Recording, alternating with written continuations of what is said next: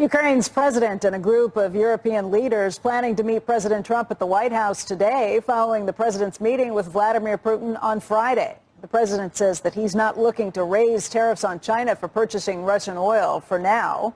Joining us to talk about all of this is Kyle Bass. He's the founder and CIO of Hayman Capital. And Kyle, we may be focused on Europe this morning and what's going to happen between Russia and Ukraine, but obviously China plays a role in that too. How are they watching all of these negotiations? Sure, Becky, glad to be here today. Look, if President Trump ends up bringing tighter financial sanctions to Russia as a result of, call it, no peace deal, then China has immediate problems because, as you know, China and India are the two top Russian oil importers. They both import roughly 2 million barrels a day from Russia. So, if we are forced to go ahead and put the final sanctions on Russia, there's still a couple of correspondent banks there that have access to SWIFT and all of the petro monies running through there to settle the daily sales of oil for Russia. So there are a few more things we can do to turn Russia off from the financial system and really give them a real problem. So China would be secondarily right in the crosshairs of the United States Treasury and our worsening sanctions. Although China has really escaped that, the talks about tariffs, they've ratcheted up pretty significantly with India. And the big reason that's been cited by this administration is that they are importing Russian oil. As you mentioned, China's importing just as much, and they have escaped any kind of condemnation, and things have been much friendlier on that front. What you think that if things don't go well, though, with Putin, that they both will wind up really bearing the brunt of that? Yeah, that's a great question. Look, back when Putin first invaded Ukraine, when we talked about sanctioning the Russians, we sanctioned like 10% of their oligarchs and left their banking system alone. We allowed the oil sales to continue to happen because we were afraid of gasoline prices at the pump. So we did not engage in proper sanctions in Russia until only recently, and we've given them only a couple of, call it, alleys out. And those are those correspondent banks. And so, you said we really haven't been willing to engage in secondarily sanctioning China. But if we use our sanctions the way we are supposed to use them, then those that continue to contravene our primary sanctions should be secondarily sanctioned. And Becky, as you know, if we start removing Chinese banks from the SWIFT system, it'd be another ballgame.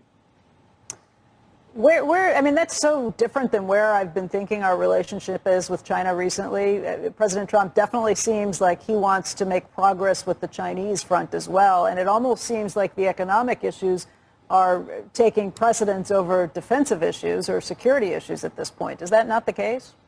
Yeah, I mean, it has been the case so far. And I think it's difficult to fault anyone for wanting to engage in better relations or peace.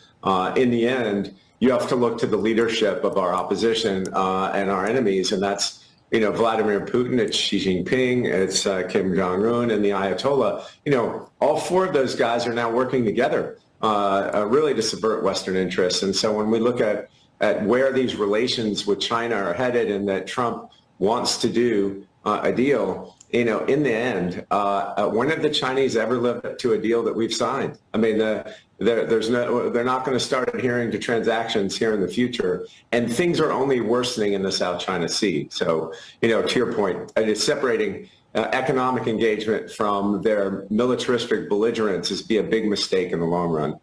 You could say the same thing about Putin.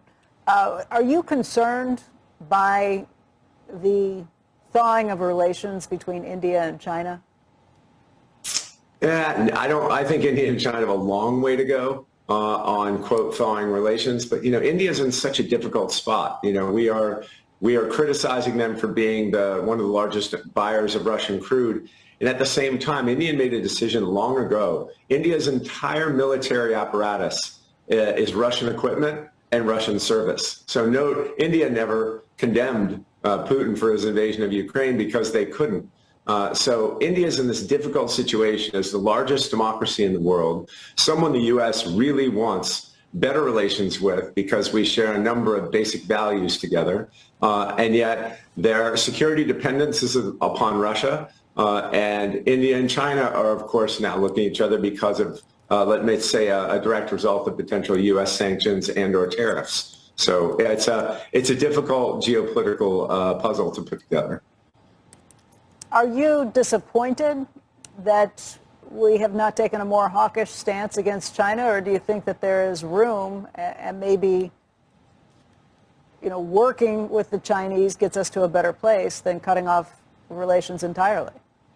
Yeah, and the word hawkish is interesting to me. If you talk to the people in the U.S. government that have the highest security clearance and the people that follow China on a daily basis, they'd say if you read just a couple of weeks of the classified briefings into everything China's doing every day against the United States and its allies, he said it would force you to go drink.